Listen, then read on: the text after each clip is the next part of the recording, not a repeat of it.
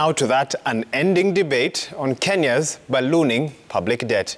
Now, leaders from across the political divide have continued trading blame as debt increasingly becomes a campaign issue. But just who is to blame and where do we go from here? Chemutai Goin spoke to National Assembly Minority Leader John Mbadi and former Majority Leader Aden Duale and now reports. As Kenyans continue to protest the high cost of living, politicians are trading accusations over the spiraling national debt burden. With just over 5 months to the general elections, the finger of blame has pointed at the National Assembly for its role in raising the debt ceiling and its perceived failure to check the executive. Minority Leader John Mbadi and former Majority Leader Aden Duale are on opposite sides of the political divide, but both are agreed in their defense of the august House. Parliament has been approving the borrowings. What Parliament does not approve is where or which projects does that borrowed fund go to. And I think that is something we have been pushing for a very long time. So we have complained about that. Many times the executive is not changing their way of handling the borrowed funds and the projects and the money and the budget as a whole. Budget and Appropriation Committee, when Mutava Musimi was the chair, when Kimani Ichung'wah was the chair, there was a constant recommendation by the Budget and Appropriation Committee to the National Treasury that the growing debt is not tenable. Can we restructure our debts? Restructuring means, can we go towards multilateral lenders, the World Bank, IMF? A bill by Nambale Member of Parliament Sakwa Bunyasi aimed at creating a national debt authority as an independent body tasked with managing the country's public debt, stalled for unexplained reasons. Sakwa Bunyasi's bill is being frustrated by the National Treasury. Because Sakwa Bunyasi is saying, let us establish an independent office outside the National Treasury called the Debt Commission that will deal with debt.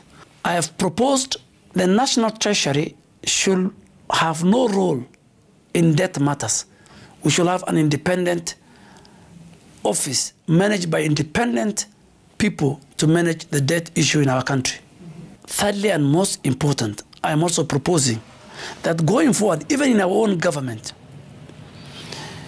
that we must reduce fiscal deficit in our budgets. We need a cabinet secretary or a minister who is going to, a very strong cabinet secretary and minister, and the technical team in the treasury must be listened to. And then you need a president who respects the economics of a country. That's what we need. We need leadership that respects the economics, not a leader who would be driven by just political considerations and political power play. Because that is what has brought us where we are. The Jubilee's quest for second term is what has put us where we are.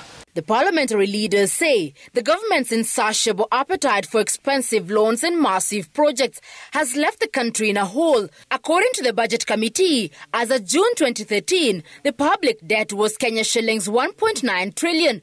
5 years later, the figure had risen by close to 4 trillion to stand at shillings 5.05 trillion. By December last year, it was 8.21 trillion shillings, and that the projection for June this year was 8.8 trillion shillings, the situation likely to be worsened by the effects of COVID-19. So Kenya has to borrow now. But did we have to borrow from 2013 to 2018 in the kind of amounts that we were borrowing? The answer is no. Did we have to implement all those things, all the projects that we have started? Everywhere you go, there is a project ongoing.